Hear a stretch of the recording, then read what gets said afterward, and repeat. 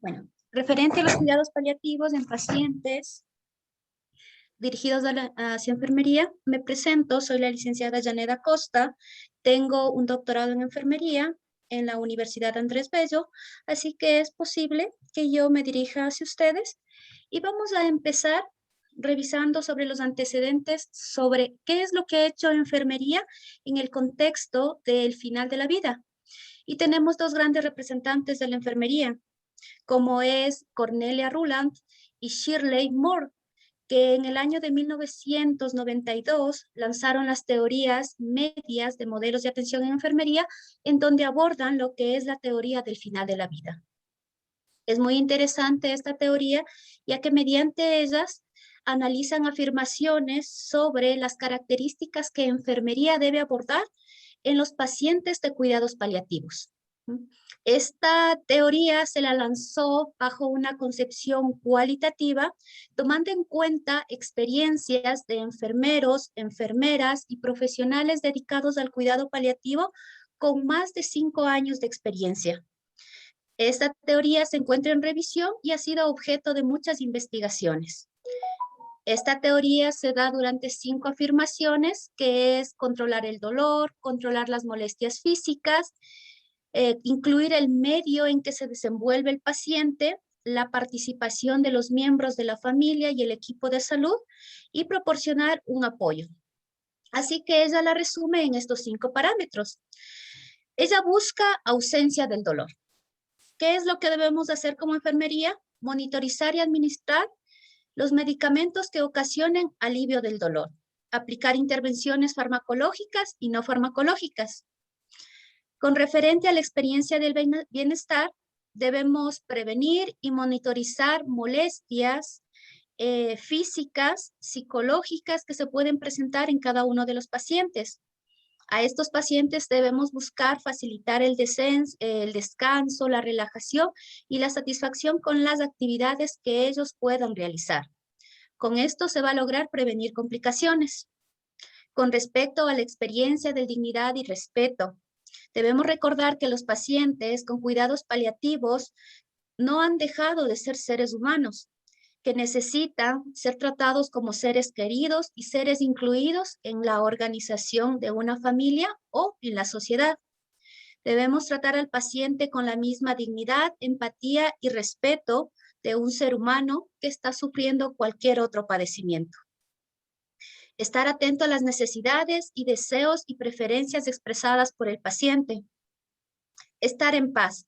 Según las características de religión que ellos posean, van a buscar diferentes caminos. El personal de enfermería debe buscar fortalecer este ámbito, ofreciendo un apoyo emocional, siempre monitorizar y satisfacer las necesidades del paciente para desaparecer la ansiedad, siempre inspirar confianza y ofrecer que el paciente y sus seres queridos tengan orientación en los aspectos necesarios. Ofrecer asistencia física de otro cuidador si así lo desea. Proximidad con los seres queridos y cuidadores. Siempre debemos facilitar la participación de los seres queridos en el cuidado del paciente, incluirlos en las actividades diarias para buscar empatía tanto de la familia como de las personas que lo rodean. Atender la tristeza, las preocupaciones y las cuestiones de los seres queridos, que son y se transforman también en un ente protector del paciente en cuidados paliativos.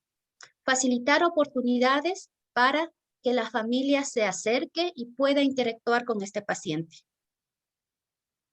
Vamos a revisar sobre las competencias del rol de enfermería dentro del equipo y del rol en el ámbito domiciliario. Vamos a analizar un poquito qué es lo que pasa con los cuidados paliativos a nivel de Latinoamérica. En el año en 2002, Latinoamérica y su Organización Mundial de la Salud destacó un atlas en donde revelaba las características y el estado que se daba enfocado a los cuidados paliativos a nivel de Latinoamérica. Se analizó varios países, dentro de ellos Ecuador. El objetivo de este estudio fue evaluar el grado de desarrollo de cuidados paliativos en Latinoamérica, realizar un análisis social, político y sanitario de los cuidados y de los cuidadores paliativos, los profesionales que han sido formados en este campo, concientizar a los gobiernos de las directrices a desarrollarse en el ámbito de cuidados paliativos e impulsar el cuidado paliativo no solo referente a los profesionales de enfermería, sino también a los profesionales de la salud completamente, médicos, fisioterapistas, nutricionistas, psicólogos y el personal de enfermería. La situación de Latinoamérica. Sucede que existen en toda Latinoamérica 922 servicios de cuidados paliativos en la región. Donde más se concentran los cuidados paliativos es el 46% en Argentina y en Chile. Mencionan que 523 de estos centros de atención son de primer nivel y 399 son de segundo y tercer nivel, son hospitales de especialidad. El recurso humano. Existen apenas 600 médicos especializados en cuidados paliativos en Latinoamérica. Los posgrados acreditados para esta especialización es Colombia, Paraguay, México y Argentina. Está en relevancia la ausencia de una especialización en Ecuador. Las actividades de los profesionales. Existen 11 asociaciones a nivel de Latinoamérica, 64 corporaciones internacionales, 11 países cuentan con guías estandarizadas en cuidados paliativos. Ecuador es una de ellas. Existen grupos de investigación muy escasos. Apenas Brasil cuenta con una revista de publicación científica sobre cuidados paliativos en Latinoamérica. La política sanitaria. Apenas 3 países cuentan con una ley que respalda el cuidado paliativo. Y apenas 16 países cuentan con programas sobre cáncer y cuidados paliativos. Ecuador consta de la asociación SOLCA, que es la Organización de Lucha contra el Cáncer. La prescripción de los opioides en Latinoamérica no existe una prescripción estandarizada. No se encuentran regularizadas y por ende existe gran dificultad en convertirse en uno de los pilares de apoyo en el tratamiento de cuidados paliativos. Hay que destacar que a inicios de los años 80, Colombia es el pionero en donde inicia la especialización en cuidados paliativos. Se organizó la Clínica del Dolor y Cuidados Paliativos con el doctor Tiberio Álvarez en Medellín. Aquí podemos ver un desarrollo de los cuidados paliativos en Latinoamérica. En 1981, Colombia es el pionero y apenas Ecuador en 1996 existe evidencia de instituciones dedicadas a cuidados paliativos, ya sean públicas o privadas, en donde Ecuador en 1992 cuenta con la unidad de cuidados paliativos Amigos Benefactores para enfermos incurables. ¿Sí? El desarrollo en Latinoamérica va avanzando y los países han podido optar y han tomado en cuenta la importancia de los cuidados paliativos. Vamos a ver las características generales. ¿Qué pasa con Ecuador? Vamos a relevar que el gasto en salud se encuentra en el 8.1%. Esto va a permitir el desarrollo de los cuidados paliativos. Con referente a los cuidados paliativos, vamos a tener que apenas encontramos 3 tipos de hospicios a nivel nacional. Vamos a encontrar tipos de atención domiciliaria o centros de atención domiciliaria apenas 2 y servicios de unidades hospitalarias de tercer nivel apenas 2, servicios de multinivel que incluyen cuidados paliativos 3, servicios de apoyos hospitalarios dedicados a cuidados paliativos 2, todos los servicios totales que de una u otra forma abordan los cuidados paliativos son un total de 12. Los centros del día tengo 1 y voluntariados en referente a Ecuador solamente encontramos 1. La formación en cuidados paliativos. Ninguna organización educativa universitaria cuenta con una acreditación para formación en cuidados paliativos. Nosotros poseemos 12 facultades de medicina y Tres de estas facultades dentro de su pensum consta la materia de cuidados paliativos, pero no se ha podido ejercer una autoría en lo que es cuidados paliativos y especializaciones, tanto como enfermería como medicina. Las actividades de los profesionales. Existen muy pocas asociaciones, una asociación de cuidados paliativos en todo lo que es Ecuador, con apoyo nacional, que es SOLCA. Las corporaciones internacionales no gubernamentales ejercen 5 en el país, ¿sí? Lo bueno es que el Congreso Nacional, mediante su ley y su constitución, respalda el cuidado paliativo, y cualquier oportunidad que se dé a este entorno debe ser muy productiva, tanto como facultades de salud como para impulsar la especialización en cuidados paliativos de todos los profesionales de salud. Las políticas sanitarias, la ley nacional, la Constitución, como ya lo dijimos, lo respalda, ¿sí? Existen programas nacionales que respaldan al Ecuador. Aquí hay una falla en este atlas. Tenemos un programa de cuidados paliativos. Este estudio se realizó en el 2012. Y nosotros en el 2016, el Ministerio de Salud Pública ya determinó la guía de cuidados paliativos a nivel nacional. Podemos ver un resumen de lo que son los servicios sanitarios de los cuidados paliativos en el Ecuador. Tenemos en primer nivel servicios auspicios que funcionan como cuidadores de pacientes que necesitan cuidados paliativos, 3, atenciones domiciliarias, 2 equipos, y centros comunitarios, 0. De segundo nivel, atención media o larga de estancia, no existe en el país, y de tercer nivel tenemos apenas 2. Los 3 auspicios, en Quito se encuentra el auspicio San Camilo a cargo de la Fundación Ecuatoriana de Cuidados Paliativos, la Casa Hogar de Adultos de la Asociación de Amigos Benefactores de Enfermos Incurables, que también se encuentra en Quito, la Casa del Hombre Doliente en Guayaquil. Las instituciones que se encarguen de atención domiciliaria, tenemos la Fundación Ecuatoriana de Cuidados Paliativos y la Fundación Yerset, una fundación internacional. Los hospitales de tercer nivel que se dedican específicamente a cuidados paliativos, una área, ¿sí? Tenemos Solca Quito y Solca Guayaquil. Las demás bases de Solca no cuentan con un servicio especializado para estos cuidados. Existen servicios multinivel como Solca Puerto Viejo y Solca Loja, y la Universidad Técnica Particular de Loja, quien tiene un departamento dedicado a los cuidados paliativos. Apoyo hospitalario.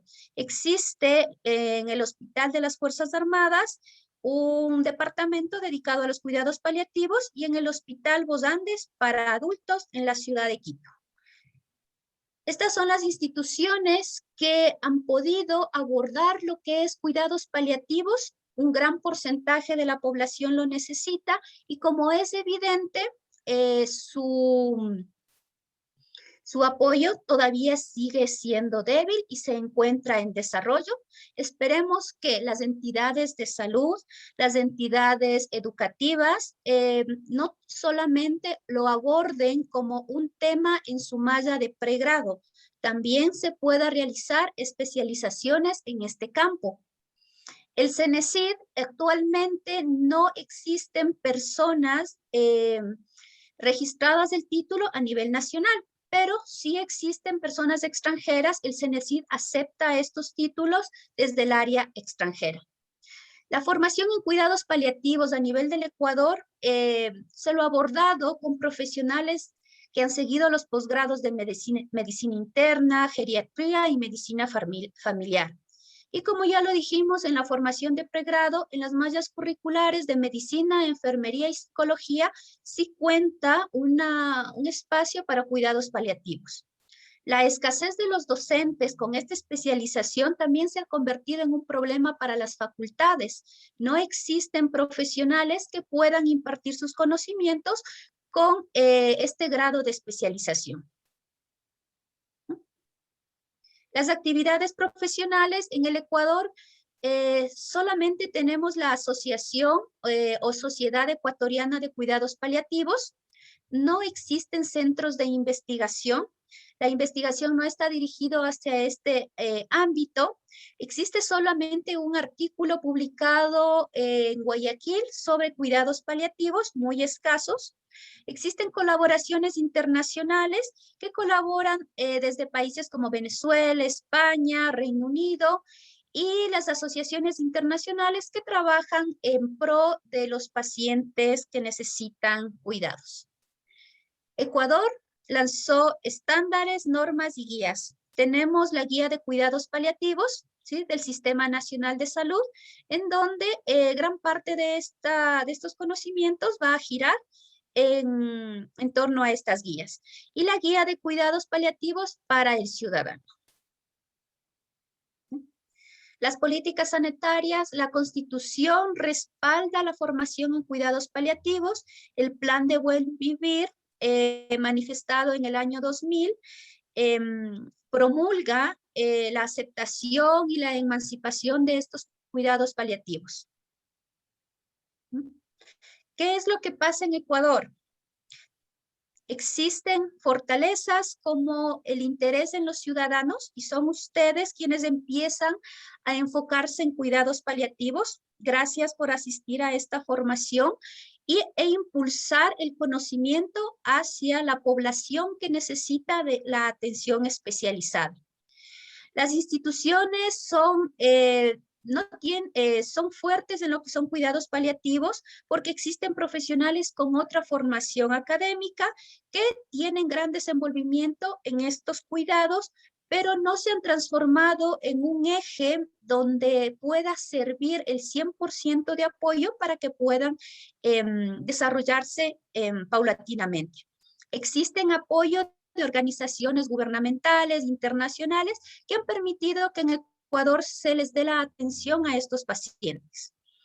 Las oportunidades que presenta, tengo amparo constitucional, las universidades, carreras, tienen todo el apoyo para iniciar una formación académica en este ámbito.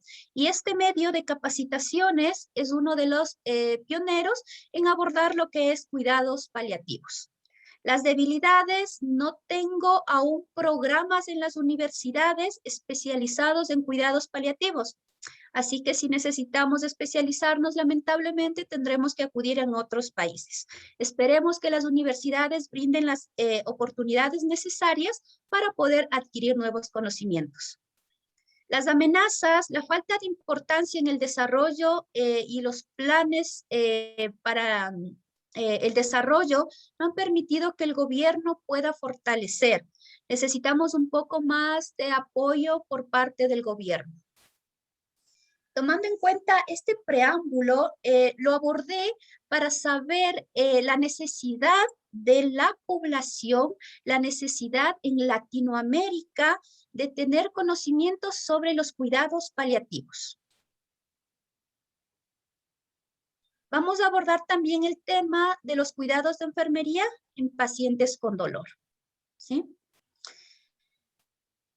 Todos los pacientes que se encuentran en cuidados paliativos, ya sea por cualquier razón o patología que ha llevado a una evidencia de un final de la vida, se ha transformado en una prioridad del personal de salud. Existen organizaciones que estudian el dolor y han determinado el dolor como una sensación o experiencia desagradable, sensorial y emocional que se asocia a una lesión tisular y esta puede ser verdadera o potencial. El dolor en los pacientes que necesitan cuidados paliativos es verdadero en un 96%. Y estos pacientes con cuidados paliativos, el dolor se ha vuelto agudo hasta transformarse en crónico y así sucesivamente no se lo ha podido tratar adecuadamente, con lo que ha ido agudizándose. Las diferentes patologías de base, la causa del final de la vida puede ser un cáncer o puede ser cualquier lesión que evidencie la muerte del paciente provoca dolor. Aparte de eso, el paciente que tiene cáncer tiene diferentes patologías que se asocian. Pueden ser complicaciones como lesiones musculares, lesiones tegumentarias, complicaciones para inmovilización y patologías oportunistas que agudizan el dolor. Gran parte del tratamiento de los pacientes con cuidados paliativos se enfoca al tratamiento del dolor. Es el pilar fundamental, así lo nombran en la teoría del final de la vida y así se lo va a abordar como prioridad. Los principios generales en el tratamiento del dolor. ¿Qué es lo que vamos a analizar para determinar el dolor? Vamos a tomar en cuenta que es una sensación nociceptiva. Todo esto, el dolor que presentan los pacientes va a determinarse mediante la personalidad del paciente, la afectividad que puede tener de su medio, las emociones que pudo haber adquirido en todo su proceso de la vida y su aprendizaje y las relaciones psicosociales. Hay que tomar en cuenta que el afrontamiento ineficaz de los pacientes afrontamiento ineficaz ante el final de la vida puede influenciar en el nivel de dolor que pueden sentir y también en el tratamiento del dolor a los que se le pueda dar. Depende de las características de cómo el paciente adopta esta sensación de dolor, tomando en cuenta que puede ser una sensación súbita, crónica, o puede ser una sensación intermitente, se puede tomar diferentes tratamientos, pero hay que tomar en cuenta que necesito una valoración multidimensional. ¿Qué quiere decir? Que para el dolor voy a adoptar medidas farmacológicas, medidas de rehabilitación, psicoterapéuticas, nutricionales, cuidados del médico y abordaje de enfermería. No es solamente una persona, un profesional de salud quien va a abordar el tratamiento del dolor. Existe también la interacción con los demás profesionales. El fracaso del tratamiento.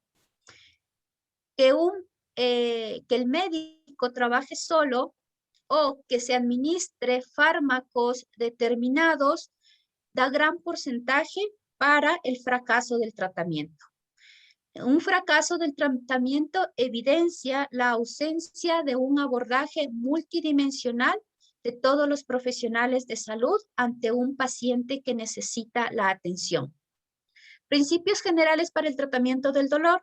¿Cómo vamos a evaluar el dolor? La evaluación integral del dolor existen a nivel mundial varias escalas validadas que pueden presentar una mayor o menor percepción de lo que es la sensación del dolor en los pacientes. La escala más utilizada es la escala de EVA. Es una escala visual analógica donde representa del 1 al 10 la intensidad del dolor. Está realizada bajo números y también bajo la expresión de figuras donde manifiesta el grado de dolor que puede presentar el paciente. A pesar de eso, la escala de EVA presenta un 60% de veracidad. El dolor es difícil de medirlo. Evaluación detallada del dolor. Ya sabemos la intensidad mediante la escala.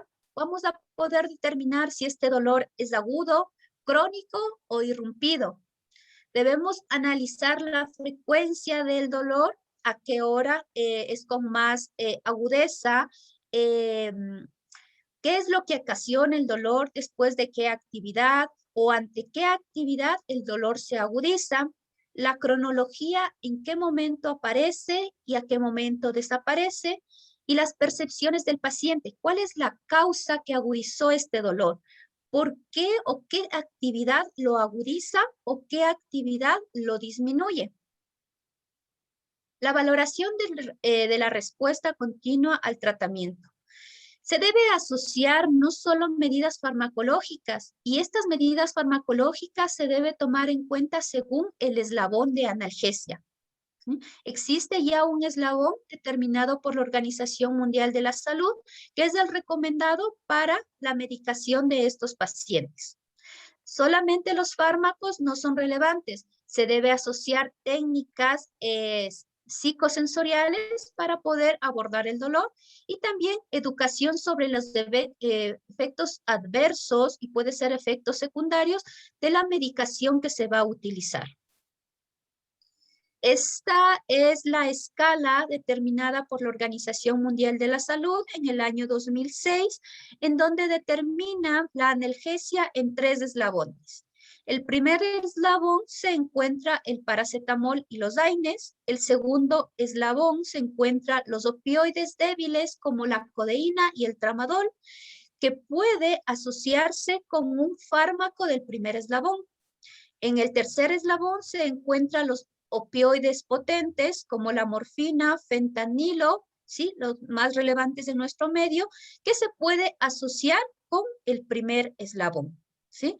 La Organización Mundial de la Salud determina que se debe jugar o interactuar entre los eslabones, ¿sí? Incluso estudios fuera de lo que es la Organización Mundial de la Salud ya ha determinado un cuarto eslabón, en donde determina fármacos que ayudan a disminuir y a tratar el dolor no como analgésicos, sino como coadyuvantes, como los corticoides, ¿sí? Y los relajantes musculares. Aquí podemos ver el tratamiento del dolor. Si nosotros determinamos qué tipo de dolor es, ¿sí? Vamos a poder determinarlo si es un dolor leve, vamos a poder determinar que necesita un medicamento del primer eslabón. Sería el paracetamol o el AINE, ¿sí? Uno de los grupos de los AINE. Si el dolor se controló, debemos continuar con este esquema. En caso de que no se controló el dolor, quiere decir que nos encontramos frente a un dolor moderado, ¿sí? Vamos a tomar en cuenta un medicamento del segundo eslabón más uno del primero, ¿sí? Dentro del segundo eslabón tenemos el tramadol que puede estar asociado con el paracetamol. Si este esquema de analgésicos determinó un control adecuado del dolor, ¿sí? Podemos continuarlo. Si no es así, nos encontramos ante un dolor intenso, ¿sí? Vamos a asociar un medicamento del tercer eslabón con un medicamento del primero. Dentro de estos, como ya lo decimos, el fentanilo y la morfina son los más utilizados, ¿sí? Si el dolor se controla, el paso de esta medicación va a ser una medicación con una duración retardada, así que las dosis se puede ir regulando según la necesidad.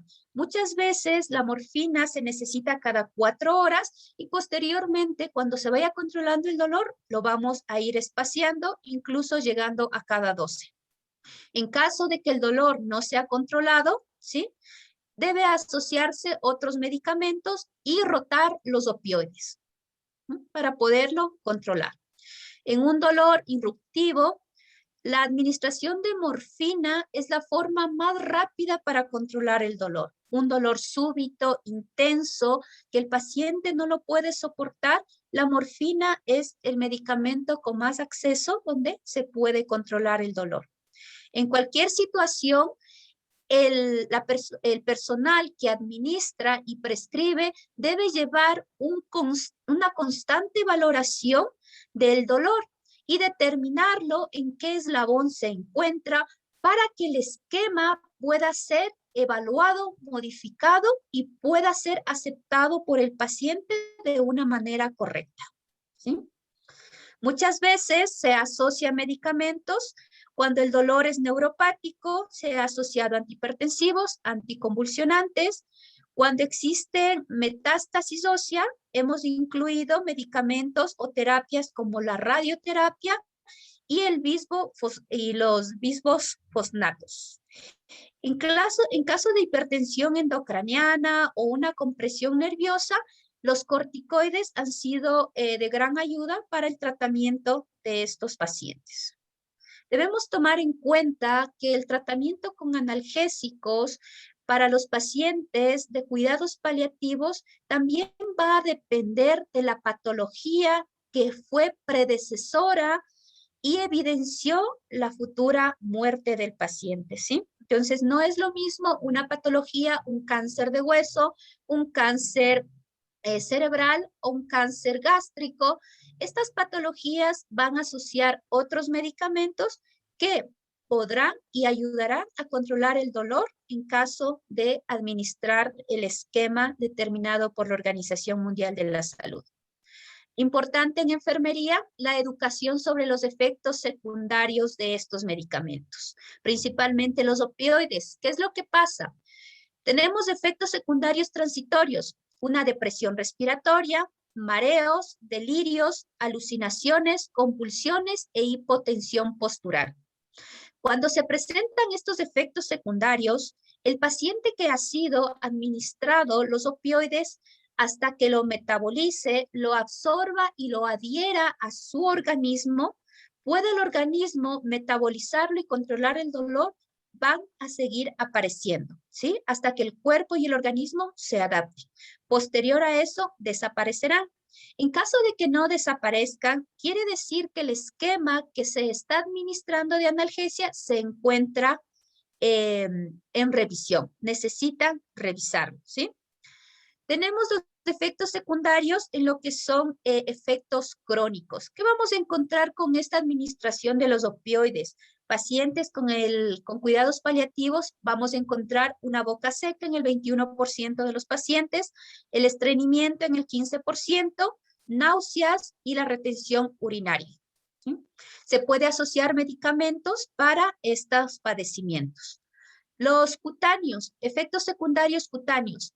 El prurito, la hipersudoración se presenta en la mayoría de los casos de estos pacientes. Las técnicas alternativas y complementarias en este tratamiento. Existen evidencia, vamos a analizar un poquito si estas técnicas alternativas sirven o no, ¿sí? Pero vamos a tener técnicas como la acupuntura, la musicoterapia, aromaterapia y la hipnosis. ¿Alguna pregunta hasta este momento, chicos?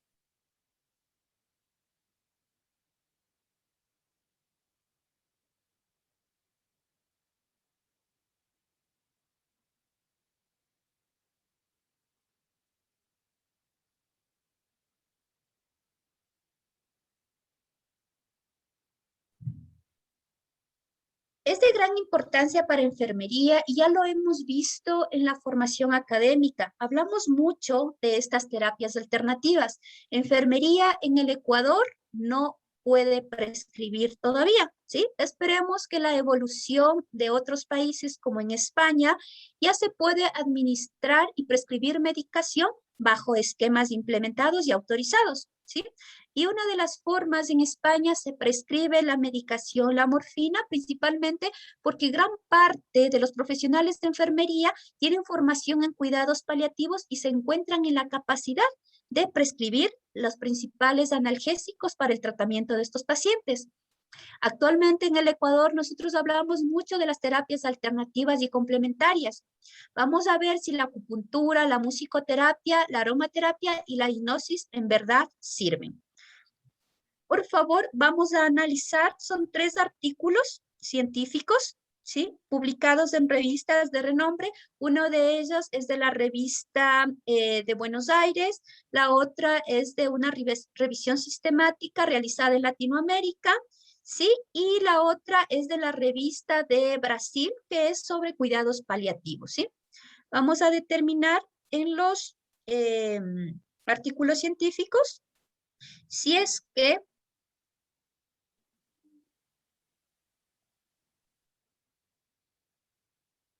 existe evidencia de que estas técnicas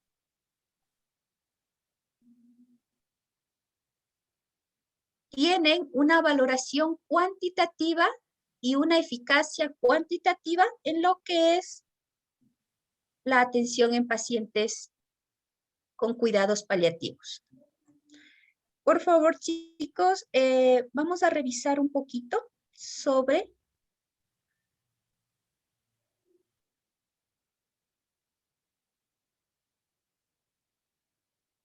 estos temas.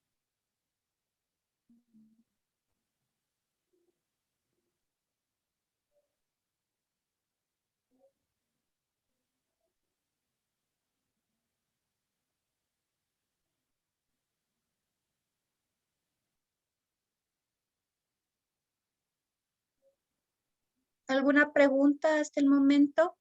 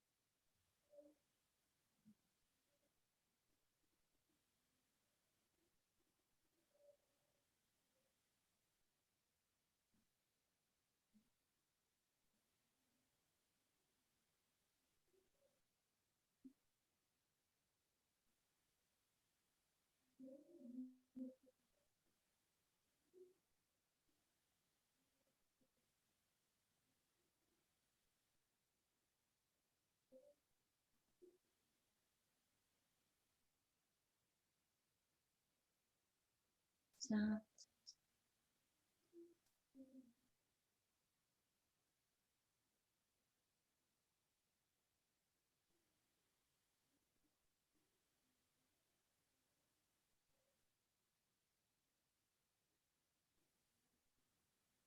Chicos, ¿alguna pregunta, alguna sugerencia? Por favor, vamos a hacer un taller sobre los artículos científicos que se los he puesto en las diapositivas, ¿sí? No sé si los pueden acceder o es necesario que les cargue las direcciones al chat.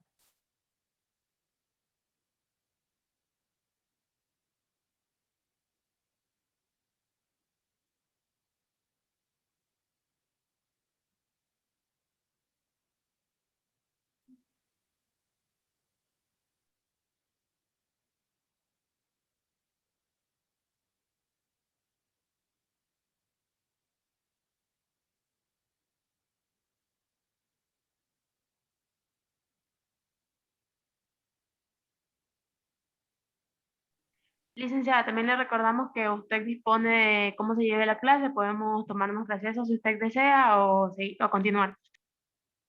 Mm, Por favor, necesito que los chicos analicen los artículos que los estoy subiendo al chat, ¿sí? Y que también están en la diapositiva, ¿sí?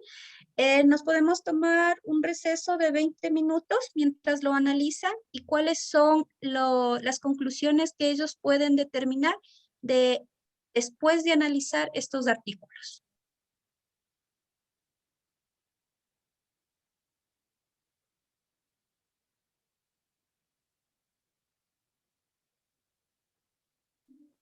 Listo, doctora, entonces nos vamos a un pequeño receso. Listo. ¿Leyeron alguien los artículos? ¿Pudieron sacar alguna conclusión relevante de ellos? ¿Alguien que quiera participar, por favor? O si está o no de acuerdo en la administración de las terapias alternativas en el tratamiento de y el cuidado de los pacientes con cuidados paliativos. ¿Alguna noción relevante, chiquillos?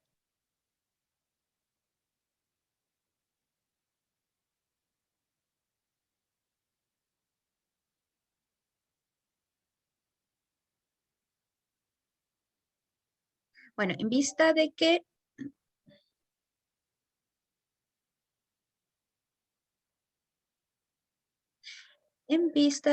existe un poco de... Vamos a analizar los diferentes artículos, ¿no?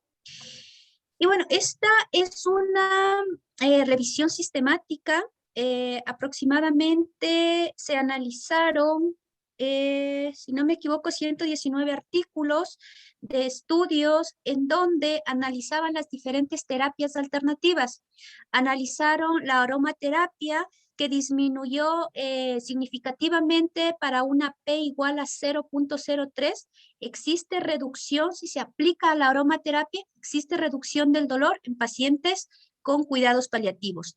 También se analizó lo que es la masoterapia, en donde también demostró una disminución con una P de mayor a 0.01. La fisioterapia y los masajes terapéuticos también disminuyeron el dolor en este tipo de pacientes. Se analizó la acupuntura, ¿sí? Y el análisis demostró que en los pacientes oncológicos disminuyó significativamente con una P menor a 0.05, ¿sí? Y algunos otros tratamientos. También vamos a analizar es un estudio transversal, una revisión bibliográfica, en donde señala las diferentes técnicas para las técnicas alternativas para el control de dolor. Y tenemos como sistemas médicos alternativos, y me llama mucho la atención que aquí incluyen al chamanismo, ¿sí? Muy propio de nuestro país y como una gran alternativa que se ha utilizado en los pacientes. Muchos pacientes de nuestras comunidades dirigen mucho su cuidado y su atención a este tipo de medicina alternativa. Tenemos también técnicas en donde interacciones de mente y cuerpo, como la musicoterapia, la kinesiología, el yoga y la sofrología. Terapias en base biológica, en donde las hierbas, la dieta y los alimentos han determinado una ayuda en el tratamiento del dolor. Las técnicas manuales como los masajes, los quiromasajes, han logrado también una disminución. Y las terapias de base energética como el electromagnetismo, los campos de corriente alterna y el Reiki también son tomados en cuenta como terapias alternativas. Se analizó todas estas terapias. Estos pacientes que entraron en estos estudios, en el 31.92% se dio una terapia para la interacción de mente y cuerpo, ¿sí? Principalmente lo que son masajes y terapias de relajación, en donde la relajación se logró por hasta el 60% en estos pacientes. Eh, También el yoga en un 30%, los quiromasajes en un 20%. Todas estas técnicas que se dieron a estos pacientes, miren lo que ocasionó. Disminuyó la ansiedad en un 25%, el estrés en un 16%, el miedo en un 20%, el dolor, que es nuestro objeto de estudio en este momento, en un 17%, ¿sí? Y estas alteraciones que se dan en los pacientes de cuidados paliativos con menor intensidad. Entonces, como conclusión, ¿qué sacamos? ¿Sí? Las terapias alternativas que puede brindar el profesional de enfermería a los pacientes con cuidados paliativos son efectivas, ¿sí? No en un 100%, pero sobrepasan el 25%, incluso llegan hasta el 60% de efectividad. Es un gran campo de estudio. Las personas que centren sus cuidados en estos pacientes, se podría realizar gran investigación y estandarizar guías, estandarizar escalas donde se pueda determinar de forma efectiva y objetiva en verdad si funciona y en qué porcentaje. ¿Alguna pregunta?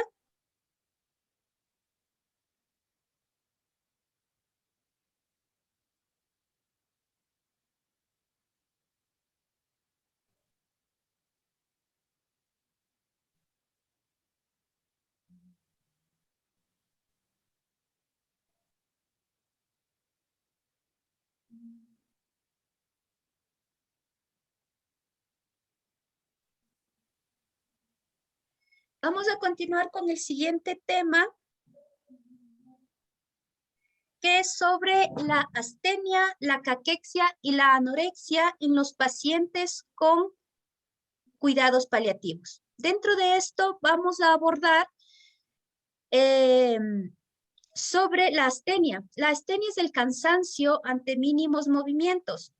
La causa de esto puede ser el dolor que tiene el paciente, el tratamiento al que está siendo sometido, ya puede ser quimioterapia, radioterapia o las infecciones oportunistas que ha tomado el paciente después de sufrir los hallazgos inmediatos de estas patologías que han causado que el paciente evidencie un final de la vida. La anorexia es la falta de apetito. Puede ser por una valoración en conjunto de toda la patología y de toda la sintomatología que está sufriendo el paciente, no solamente del dolor ni su forma biológica, sino también psicológica y social.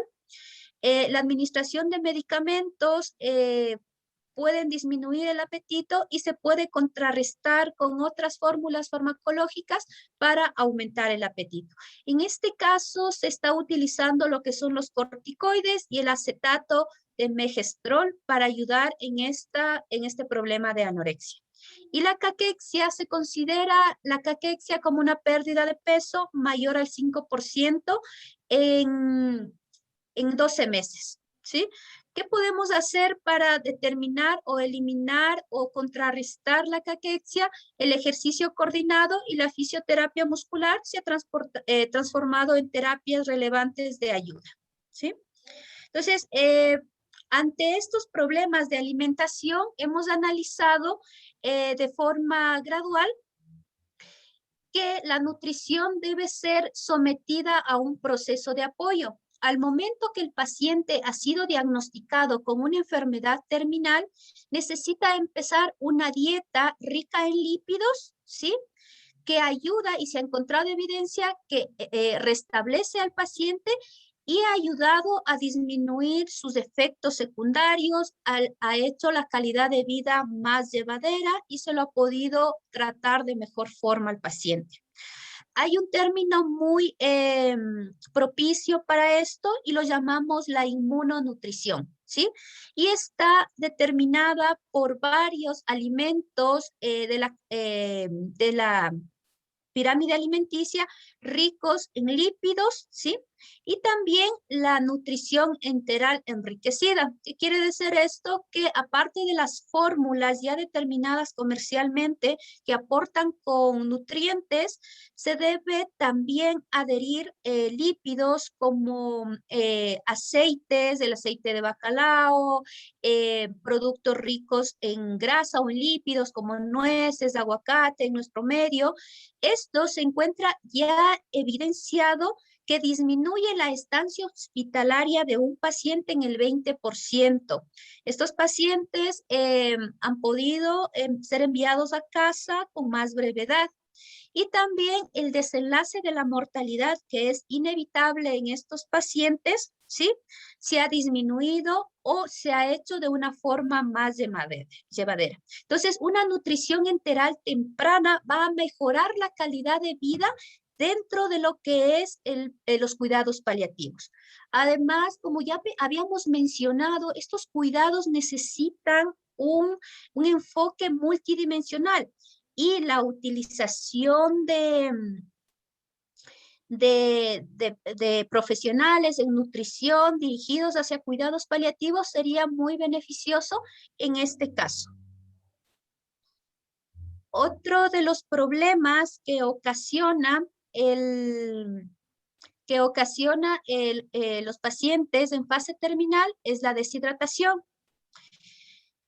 La deshidratación en los pacientes se ha transformado en un problema relevante, ya puede ser porque el paciente tiene incapacidad de adquirir líquidos por vía oral y se ha logrado determinar varias vías para poder hidratar al paciente, ¿sí?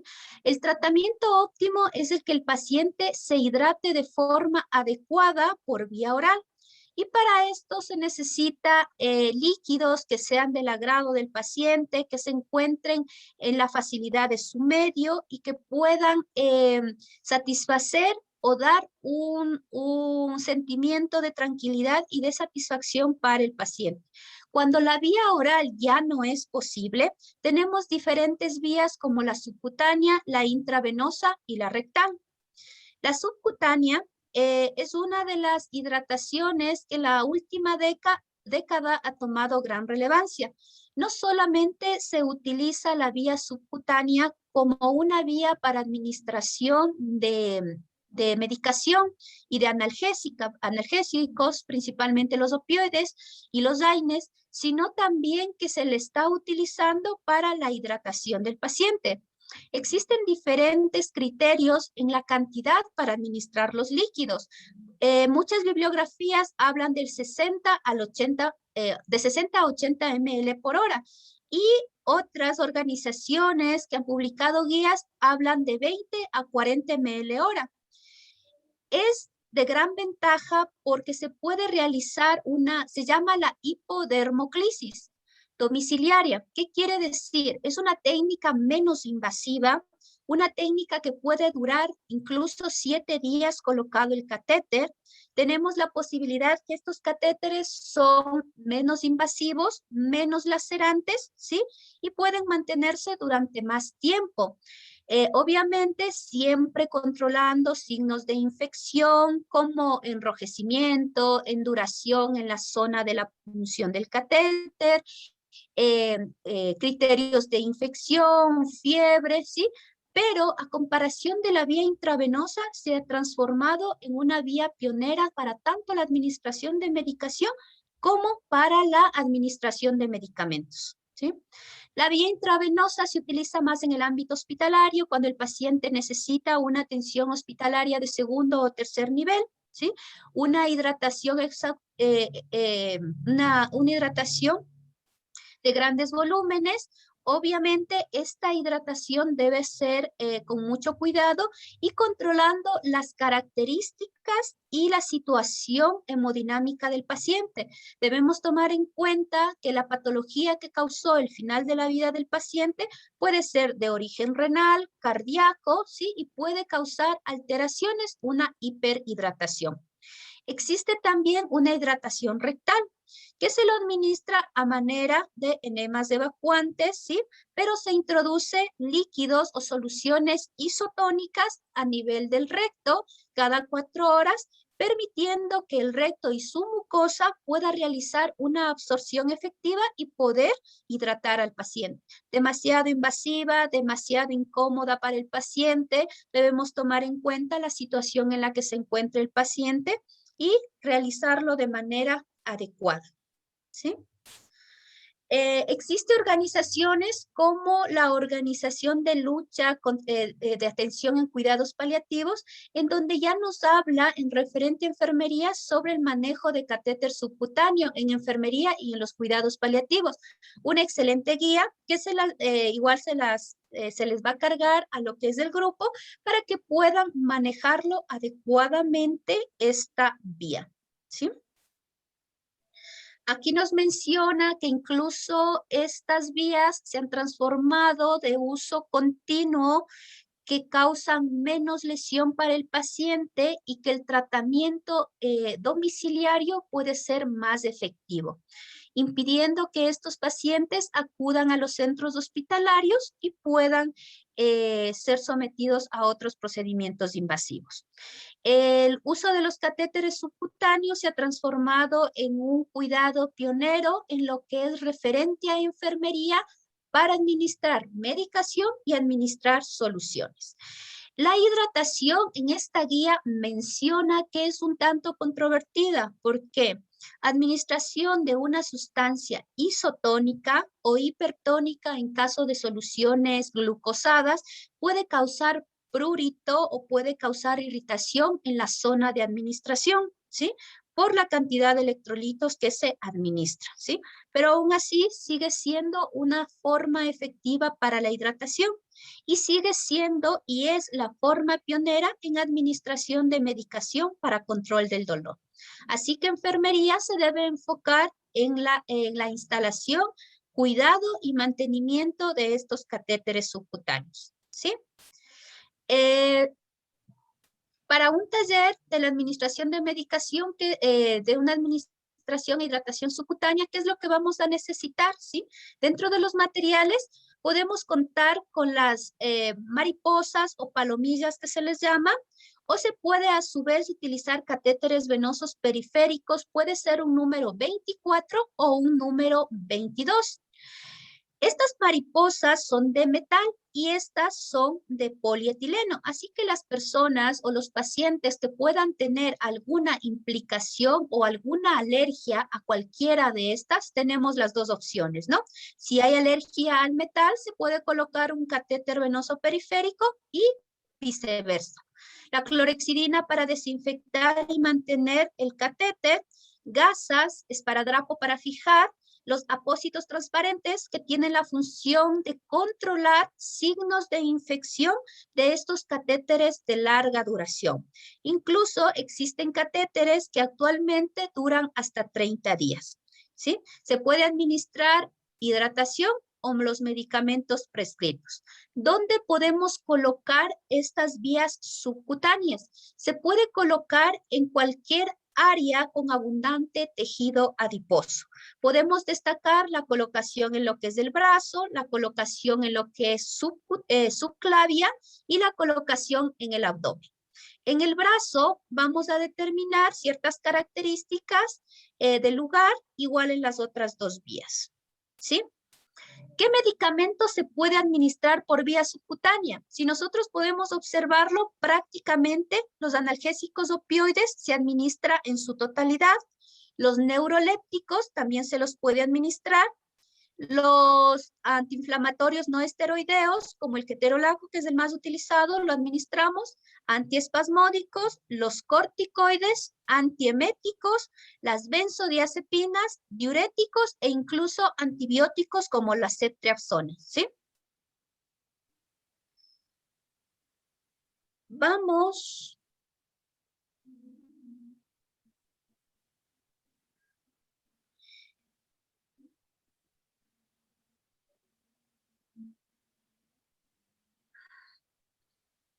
Existen ya organizaciones como la Asociación Latinoamericana de Cuidados Paliativos, ¿sí? Les voy a cargar la dirección. Muy buena página en donde direcciona gran parte de los cuidados, tanto para médicos, enfermeras y todos los profesionales de la salud, para establece guías, incluso manuales y artículos que fundamentan el buen cuidado en los pacientes con cuidados paliativos. Y dentro de esto, nosotros nos vamos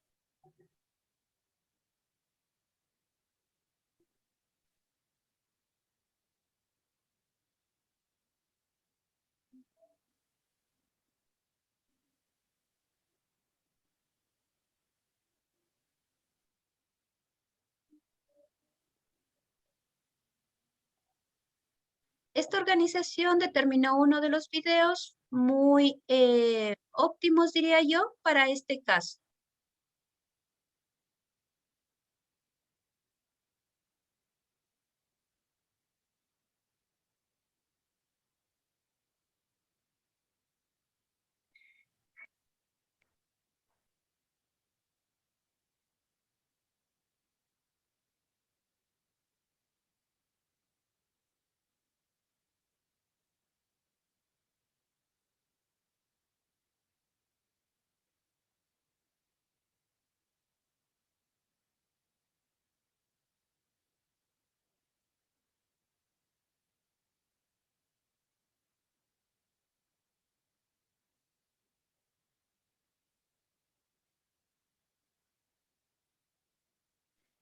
Lice, no se escucha, por favor. No sé si será un inconveniente y podamos solucionarlo.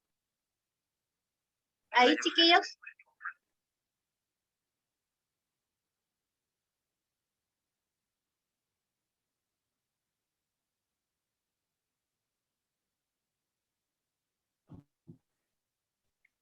Aún no se logra escuchar.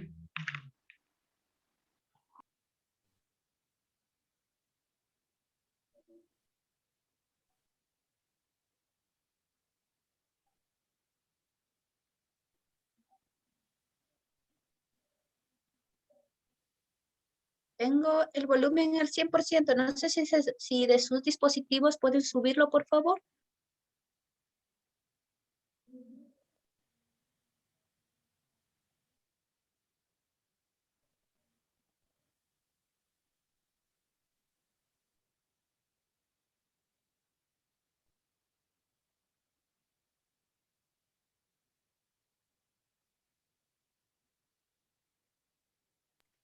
Aún no se logra escuchar. No sé si tal vez esté compartiendo el audio de la computadora, si podría revisar, por favor.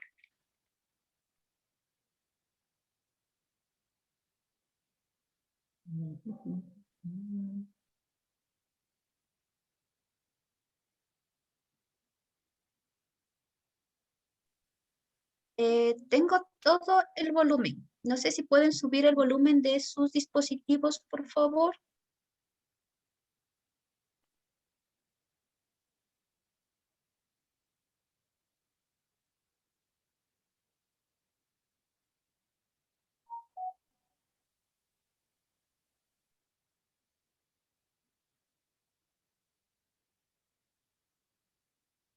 ¿Ahí se escucha? No, no logramos escuchar. Dice, ¿será que me puede pasar el vídeo y yo intento compartir pantalla para a ver si así se escucha?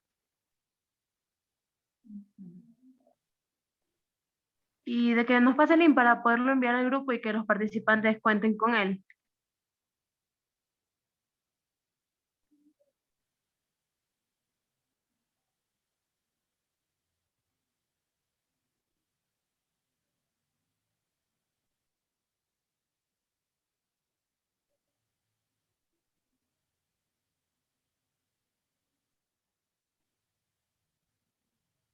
Un montón de...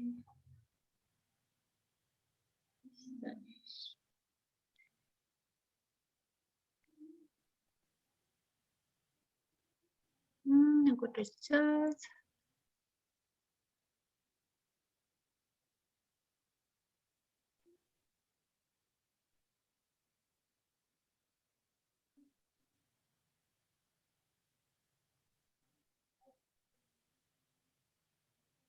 Listo. Ahí podemos, le mandé el link, a ver si podemos compartirlo.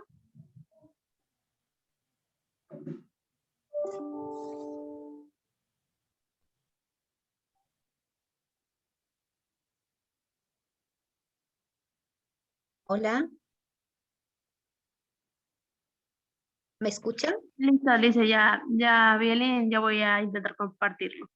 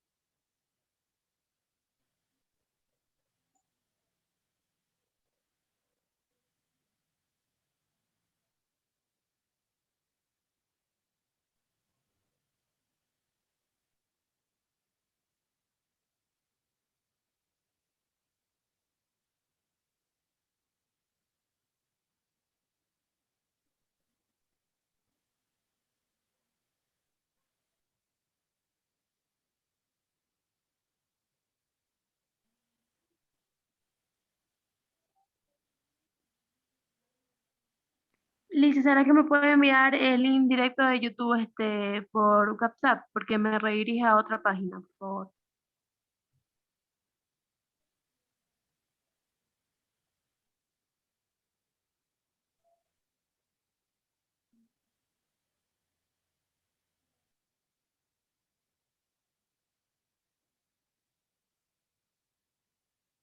Ahí le envié a WhatsApp.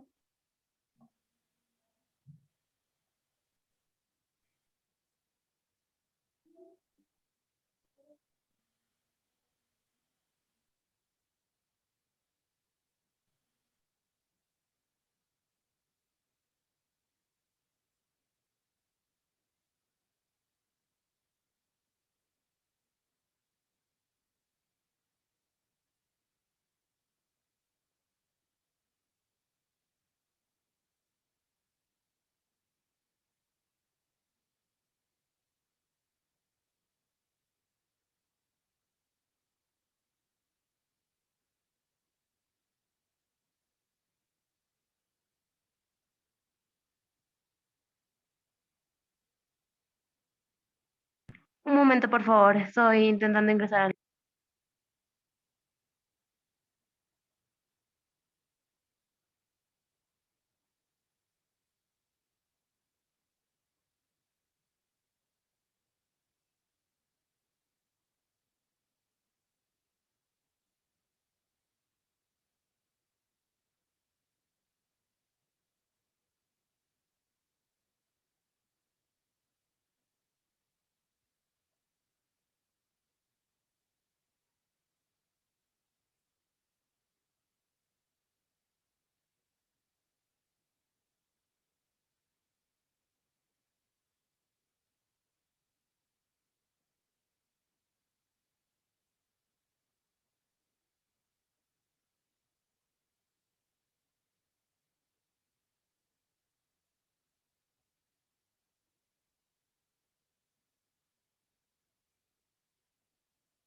¿Me puede informar si se escucha, por favor?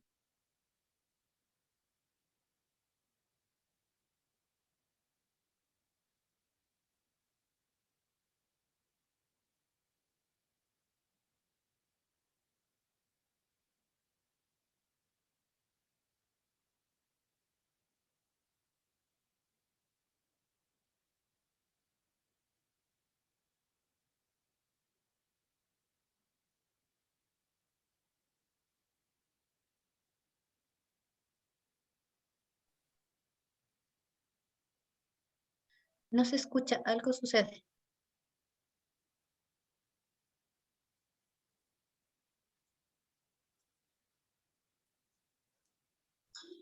Por favor, chicos, yo les cargué al link en el chat, el link del video. Si es que los pueden visualizar en cada uno de sus terminales, por favor, para poder comentar acerca del video y cualquier duda ponerlo en discusión.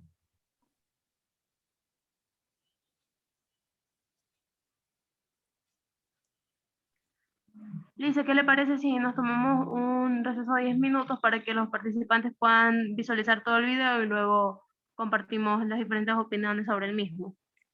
Listo, entonces en 10 minutos, por favor, evidencien el video y podemos comentarlo. Gracias. 10 minutos.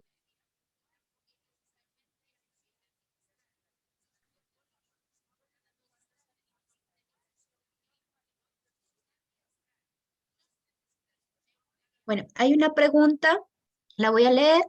¿Cuáles son las principales complicaciones del uso de la vía subcutánea? Todos los pacientes son candidatos para el uso de una vía subcutánea y se debe tener ciertas indicaciones, además de no tolerar la vía oral.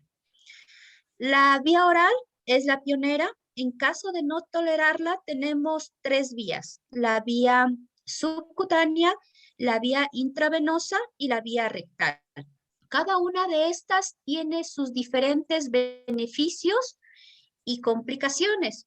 Dentro de la vía intravenosa es una vía invasiva, expresamente de uso hospitalario para evitar complicaciones, ¿sí? Es de corta duración a comparación de la vía subcutánea. Los catéteres que se utiliza para vía subcutánea pueden durar hasta 7 días e incluso existen catéteres de polietileno no disponibles en nuestro medio, lamentablemente, pero que duran hasta 30 días. ¿A qué pacientes no les puedo colocar? Existen pacientes que ya tienen demasiada caquexia, la caquexia ha avanzado, ¿sí? Y tener tejido subcutáneo en estos pacientes es dificultoso. Entonces, en estos pacientes sería una complicación, más no una... para no poderlo utilizar. Acuérdense que hay diferentes áreas donde el tejido adiposo se encuentra presente, como en los brazos, la espalda, alrededor de lo que es en el tórax, alrededor de lo que es el abdomen, las zonas externas, internas y posteriores de las piernas, ¿sí? Donde la acumulación del tejido adiposo es abundante. Así que se la puede administrar. Ahora, se ha transformado la vía subcutánea, se ha transformado en pionera a través de los 10 años que han pasado en cuidados paliativos, ¿sí? porque es una vía de acceso rápido en lo que es administración de opioides, ¿sí? Morfina, tramal, y ustedes vieron un sinnúmero de medicamentos que se los ha podido administrar por vía subcutánea. ¿Cuál es la diferencia? Que estos medicamentos deben ser colocados muchas veces en periodos intermitentes y muchas veces se puede necesitar hasta 2 catéteres para administrar los medicamentos, pero si se utiliza de forma adecuada, lavando el catéter, ¿sí? Y permitiendo que la medicación que se ha administrado se le dé el tiempo correcto para administrar a partir de 45 minutos, como sabemos en vía subcutánea, no hay ninguna complicación. Ahora, riesgos de infección. Obviamente la estadía larga del catéter es un objeto invasivo que va a causar laceración. Precisamente por eso la vía o la visualización de este catéter debe ser evidente. El uso de los apósitos transparentes tiene que ser predominante en estas vías para yo poder determinar signos de infección, como por ejemplo, ¿sí? Irritación, enrojecimiento, zona de enduración, eliminación de pus o sustancias acuosas, ¿sí? Esos son signos de infección y obviamente debería el catéter ser retirado inmediatamente.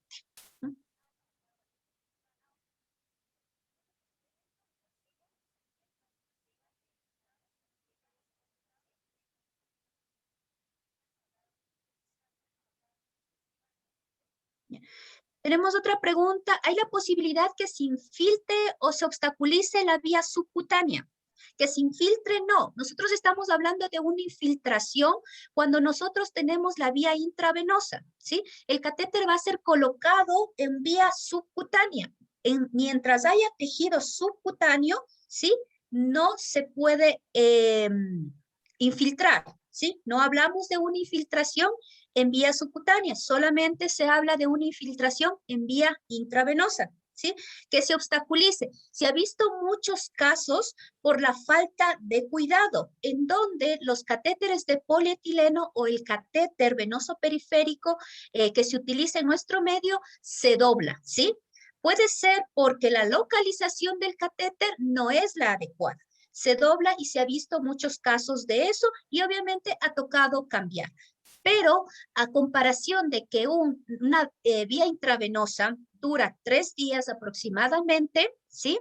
Incluso menos si hay signos de infección, a comparación con una vía subcutánea que dura incluso de 7 días con el catéter venoso periférico que nosotros tenemos en nuestro medio, y si tuviéramos un catéter de 30 días, eso sería muy ventajoso para estos pacientes.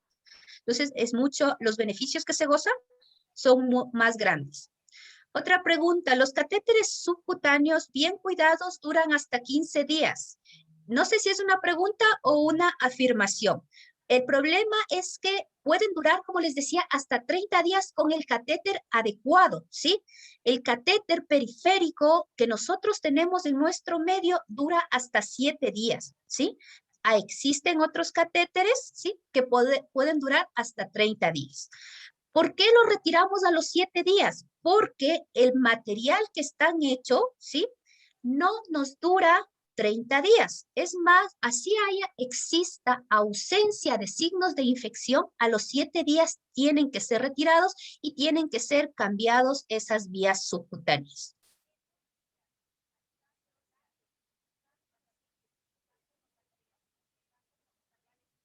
Ya.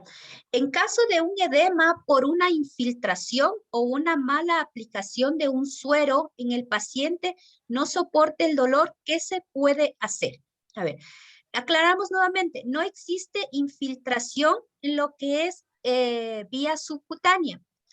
Las guías nos dicen que cuando hidratamos por vía subcutánea existe y se da casos que por las soluciones hipertónicas o glucosadas que se administra puede causar un prurito o una irritación. Lamentablemente, si se da este caso, la administración de líquidos de esta calidad no va a poder ser y tendríamos que utilizar una vía intravenosa para colocar hidratación al paciente. Además, tomen en cuenta que el paciente en vía subcutánea yo puedo administrarlo de 20 hasta 60 y podría ser hasta 80 si es que tiene gran cantidad de tejido subcutáneo. Si el paciente no tiene cantidad de tejido subcutáneo, lamentablemente tendremos que acceder a una vía intravenosa. El paciente no soporta el dolor en caso de que se produzca una acumulación excesiva o prurito o, o ardor de esa zona. Medidas de hielo, calor, ¿sí? Masajes y soluciones a base de colagenasa pueden ayudar a disminuir estas molestias. La vía subcutánea, chiquillos, la vía subcutánea, como le dice, es al tejido subcutáneo, ¿sí? ¿Está claro eso? ¿Alguna pregunta? Tenemos 4 vías, como yo les mencionaba. Voy a compartir nuevamente. ¿Sí?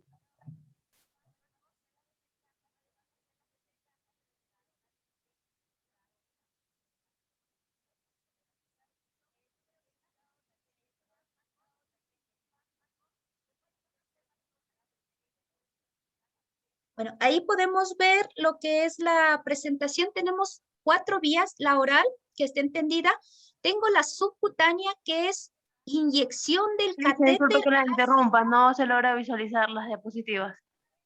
hacia el tejido subcutáneo.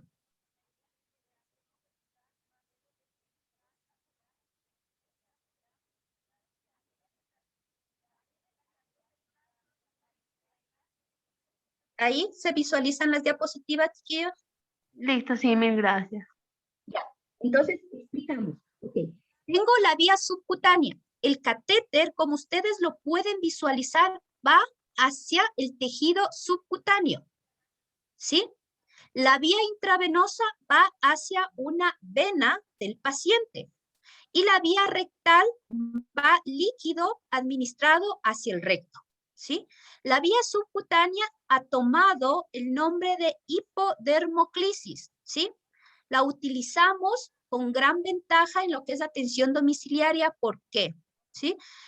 Una vía intravenosa se va a infiltrar, dura 3 días, grandes infiltraciones, riesgo de infección, extravasación de líquidos. Entonces, el riesgo es mucho más grande en intravenosa. Entonces, ¿qué se ha optado en pacientes con cuidados paliativos? La vía subcutánea, ¿sí? Y esta tiene muchas ventajas. La vía subcutánea va en tejido subcutáneo. ¿Dónde la podemos insertar? ¿Sí? Como podemos ver en este gráfico, está en el área del tórax, donde se acumula gran cantidad de tejido adiposo. También podemos colocarla alrededor del abdomen, ¿sí? Donde hay gran cantidad de tejido adiposo, ¿sí? En las partes anteriores del muslo y las partes posteriores existe también acumulación de tejido adiposo. En estos lugares nosotros podemos insertar un catéter subcutáneo. ¿Cuáles son los catéteres que en nuestro medio lo utilizamos? ¿Sí? Tenemos las mariposas y tenemos los catéteres venosos periféricos, que el número adecuado para estos pacientes es entre el 24 y el 22, ¿sí? Obviamente se le inserta una llave de 3 vías que permite el acceso cuantas veces sea necesario para administrar la medicación. Tomen en cuenta que cuando el paciente está siendo sometido a un esquema de analgésicos, ¿sí? Es difícil que el paciente se adapte. Cuando el cuerpo ya empieza a metabolizar y a realizar la función, pongamos un ejemplo de la morfina, ¿sí?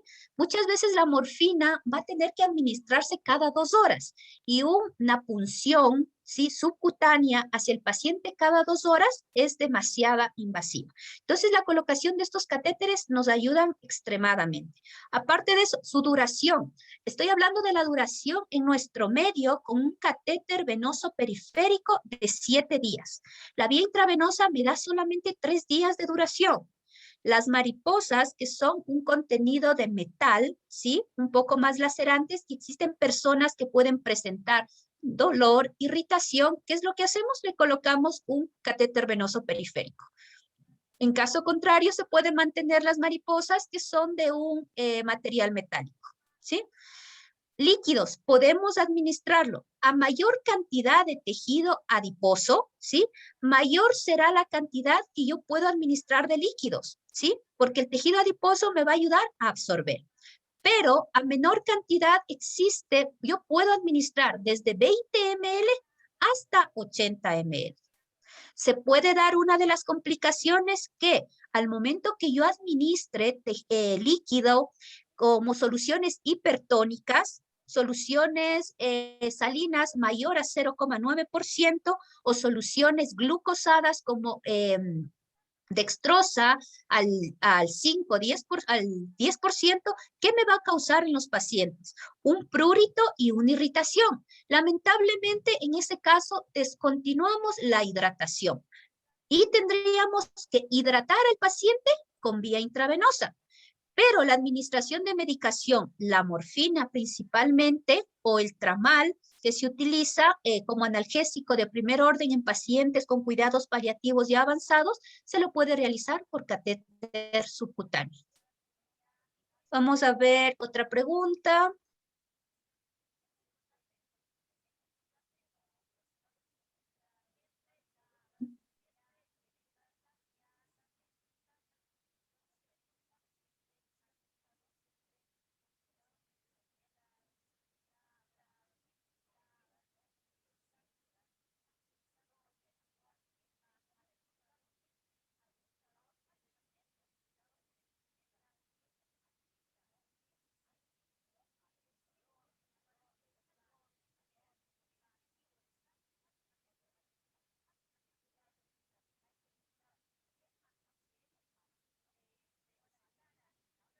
Por vía rectal se usa cada 4 horas la hidratación, sí, y se puede administrar en volúmenes de 100 a 200 ml, ¿sí?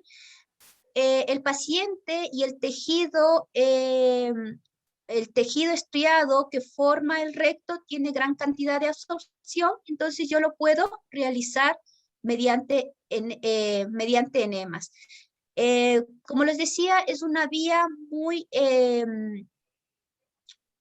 invasiva para el paciente, incómoda para el paciente, y si podemos realizarla por vía subcutánea o por vía intravenosa en caso de una deshidratación grado 3 en estos pacientes, tendríamos que abordarlo mediante la vía intravenosa, con preferencia. ¿Cómo sabemos que la vía subcutánea está bien colocada? Por ejemplo, una vía intravenosa comprobamos su permeabilidad y la vía subcutánea obviamente no va a tener un retorno. La vía subcutánea va en el tejido subcutáneo y obviamente yo no voy a tener un retorno.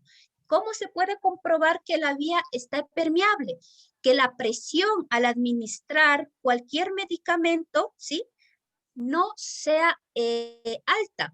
Entonces, antes de administrar antes de colocar los catéteres, como ustedes vieron en el video, yo tengo que permeabilizarlo. ¿Qué quiere decir? Infundirle 0,5 a 1 de solución salina o solución glucosada que me permite una adecuada viabilidad del catéter. Al momento de que el catéter es introducido en vía subcutánea, ¿sí?, yo puedo administrar cualquier medicación y la fuerza con la que entra el medicamento tiene que ser controlada y suave, ¿sí? Es la única forma de verificar si el catéter está permeable. Si la medicación no entra, se forma un obstáculo, obviamente el catéter se ha doblado o no está permeable y el catéter tendría que ser cambiado.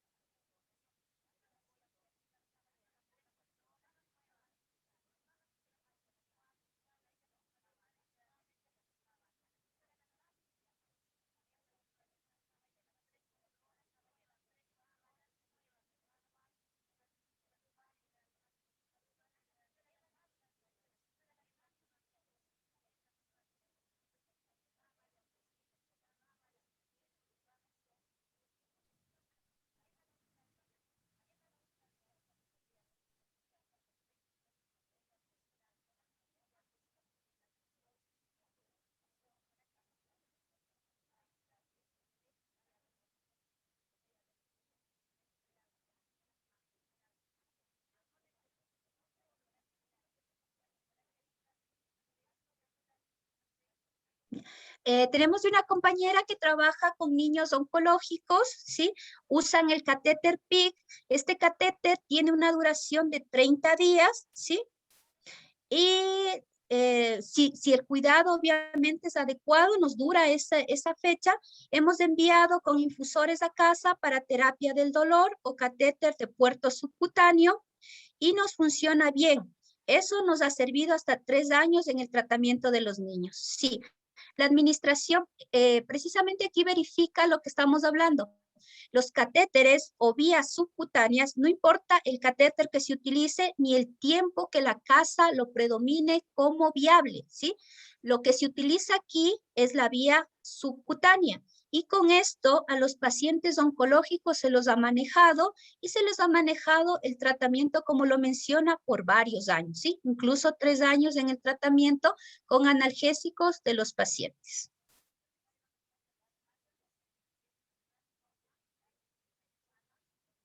¿Alguna sugerencia, pregunta?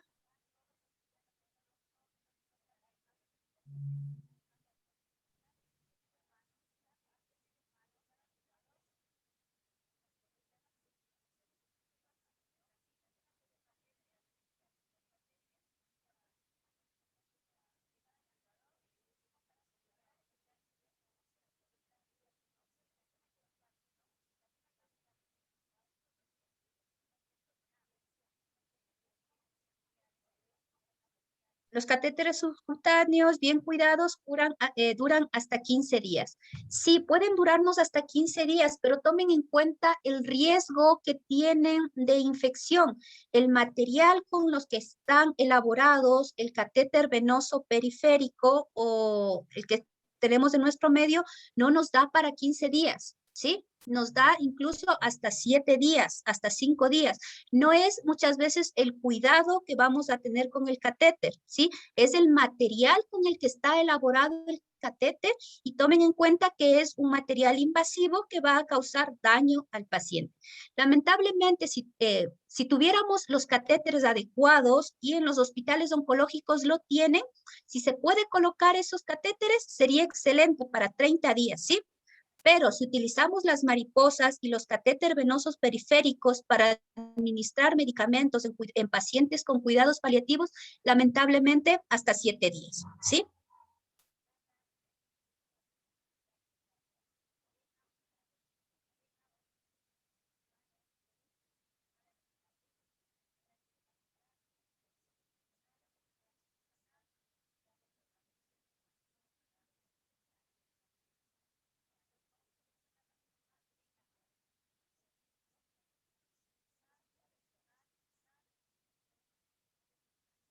¿Podríamos activar los micrófonos? Están pidiendo, Milice.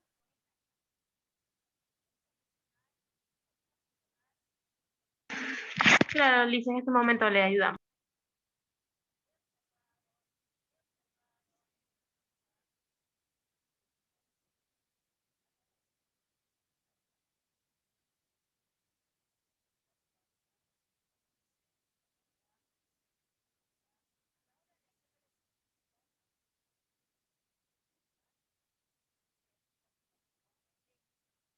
¿Me ayuda si la persona que desea activar el micrófono alza la manito para poder solicitar que active el micrófono, por favor?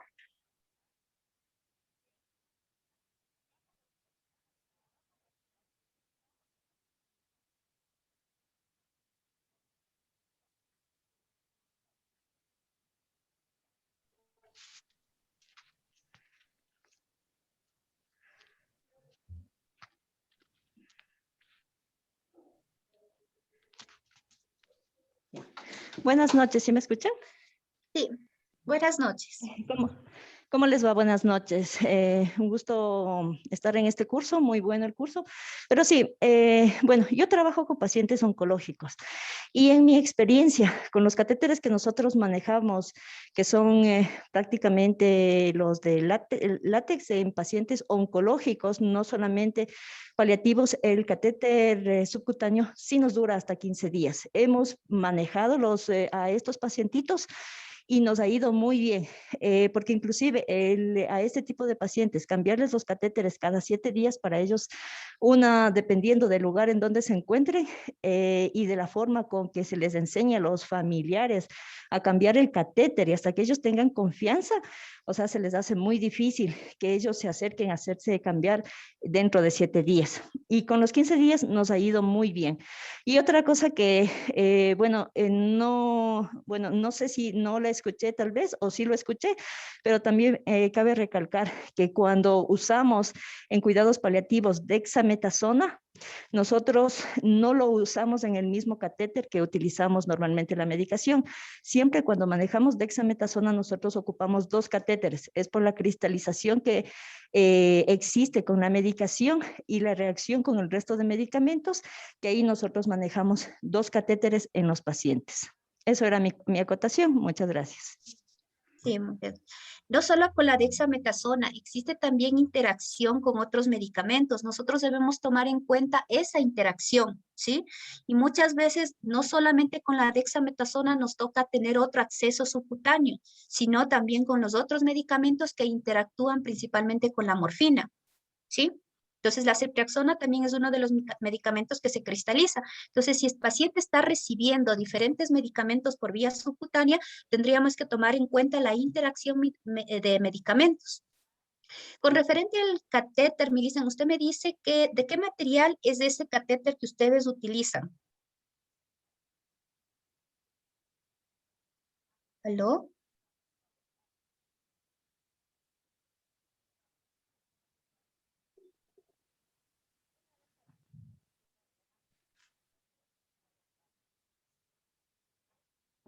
Por favor, ¿podríamos ver el Sí, material? ya, ahorita estoy. Los catéteres normales, los catlones que se utiliza, generalmente el número 22, que prácticamente es de látex, la parte que se queda adentro. Ese es el que utilizamos nosotros normalmente en los pacientes que vamos a ponerles catéter subcutáneo, el catlón número 22. Me está hablando de los catéter venoso periféricos. Eh, Exactamente. ya, no es látex, es un polietileno. Bueno, pero son Y el esos, porque nosotros no utilizamos mariposas. ya, Obviamente por el metal. Nosotros utilizamos acá el catéter número 22 y ya, es la experiencia que tengo yo acá y nos ya. ha ido, eso le digo, es muy buena la experiencia que se ha tenido. Son pocos los catéteres que se nos dañan o comienzan a haber rebosamiento. A veces hay los rebosamientos es por la movilidad del brazo del paciente. De ahí, como le decía, con un buen cuidado del catéter se maneja perfectamente cuando les mandamos a los pacientitos a las casas con las bombas de perfusión o se les mantiene aquí con la morfina permanente. Y ahora me dicen una pregunta, es verdad que dice, me sirve 15 días y ahora el riesgo de mantener en esa área un polietileno que dura 72 horas, ¿cuál sería? Lo pregunto porque sería un buen tema de investigación, ¿no? Y ustedes que están en ese medio, ustedes me dicen 15 días, perfecto. Yo sé que los pacientes pueden aguantar 15 días, pero ¿existe algún riesgo relevante que ustedes han visto? Por ejemplo, de 100 catéteres, ¿cuántos se les infiltran? ¿Cuántos han presentado signos de infección? Acuérdense que un paciente, de los 100 pacientes, un paciente que presente signos de infección es perjudicial para la atención de los pacientes. Entonces, deberíamos tomar en cuenta también un poquito eso. Nosotros sabemos que en nuestro medio funciona, veámoslo de la mejor forma y también analicemos la otra perspectiva, ¿sí? ¿Qué es lo correcto? Una cosa es que me funcione Sí, bien y otra cosa, ¿qué es lo correcto, lo que yo debo hacer? sí, exactamente. Y en realidad, en los pacientes que hemos nosotros manejado y que han vuelto, muchas de las veces por la emergencia, por algún tema, han venido con los catéteres y créanme que los catéteres son muchas de las veces perfectos, impecables, como que se los hubiera puesto recién. Entonces, por eso, inclusive hay familiares que dicen, pero es que a los 15 días sigue el catéter intacto y no pasa nada. He visto muy pocos pacientes en el tiempo que yo llevo manejando estos catéteres.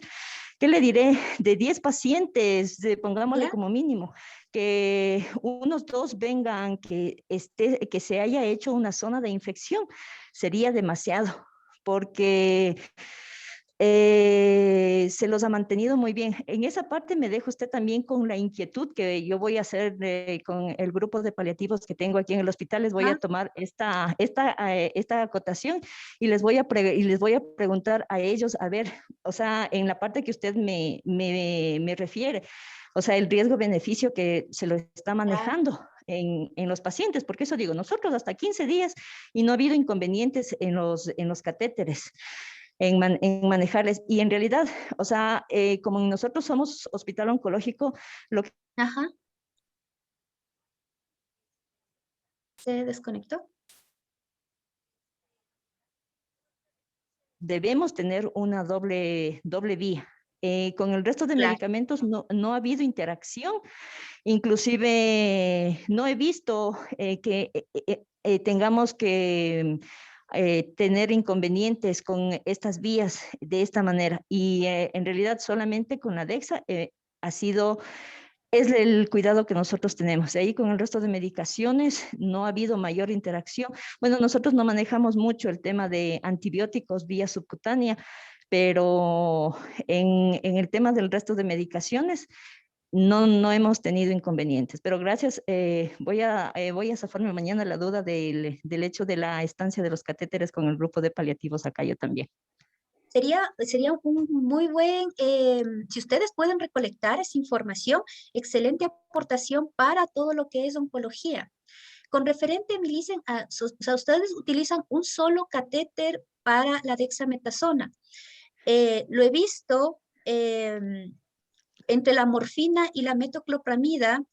Cuando se mezclan estos dos medicamentos, existe una acumulación de CO2 en el paciente. Entonces, no solamente las interacciones medicamentosas las sabemos ya y no han desaparecido tomando en cuenta las vías. Entonces, que los medicamentos interactúen, ¿sí? Es un tema relevante que debemos acotarlo, ¿sí? No podemos mezclar los medicamentos y enfermería lo sabe, y medicina también, ¿sí? Hay que tener mucho conocimiento en lo que es interacción medicamentosa, ¿sí? Exactamente, En ese caso, sí. Sí, me no deja es ahorita a mí solamente la también. cristalización. No es solamente administro dexametasona porque se me cristaliza, no. Hay interacciones medicamentosas donde aumentan o disminuyen la actividad del fármaco. Entonces también sería tomar en cuenta esos aspectos, ¿no? No olvidarnos de las interacciones medicamentosas entre los diferentes grupos que administramos por vía subcutánea.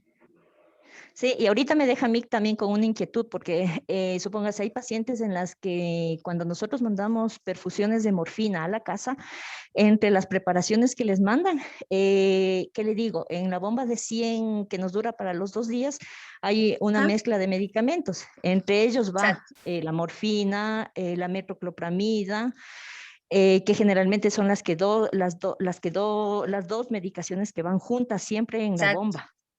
Entonces, sí, me deja con esa duda y créame que si es que puedo, mañana mismo averiguo y les estaría contando qué me han dicho Por favor, en la noche. Sí, por favor, leamos sobre morfina, la interacción medicamentosa que causa la morfina y la metoclopramida, principalmente. Eso, muchas gracias. Yo también ya me quedo con esa duda y mañana me voy a zafar Gracias las a dudas y usted. les cuento lo que me dicen. Listo, muchas gracias. Muchas gracias a usted. ¿Alguna otra pregunta?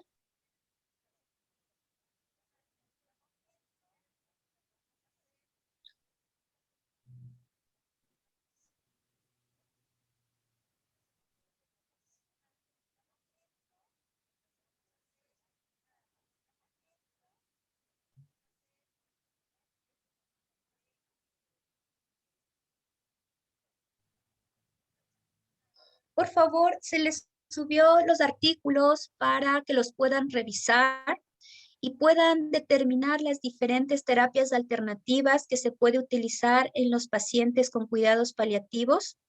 De igual forma, se les envió los links para las organizaciones o donde podemos encontrar información relevante sobre los cuidados paliativos. Creo que hoy, por hoy vamos a dar por terminada la sesión, sin olvidar que el personal de salud se encuentra al inicio y al final de la vida, ¿sí? El personal de salud es importante en el manejo del paciente con cuidados paliativos y dar gran parte de nuestro tiempo que sea optimizado y que sea de valor para estos pacientes, van a permitir que el final de la vida de ellos sea mucho más llevadera. Muchas gracias, nos vemos el día de mañana. Muchas gracias con usted, licenciada, por la intervención del día de hoy en la capacitación. Todos los links que se han enviado durante la capacitación serán enviados también a nuestro chat para que tengan presente eso. Y muy buenas noches con todos. Nos vemos el día de mañana en la siguiente capacitación.